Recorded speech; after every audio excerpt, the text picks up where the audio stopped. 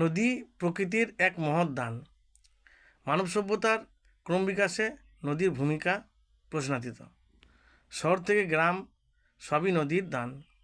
এই পৃথিবীতে এমনও নদী আছে যা প্রকৃতির তৈরি নয়, বরং মানুষের তৈরি।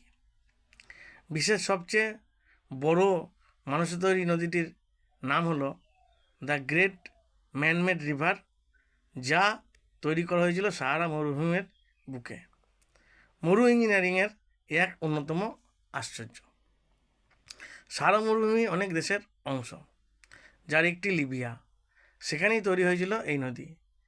1984 সালে তৈরি এই নদীটির বিস্তার 4000 কিলোমিটার।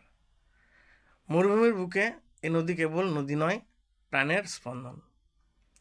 নদীটিকে প্রধানত ব্যবহার করা হয় সেচের কাজে, কিন্তু সাহারা মরুভূমির ধুধু প্রান্তরের মাঝে নদী জলে ভরে কীভাবে?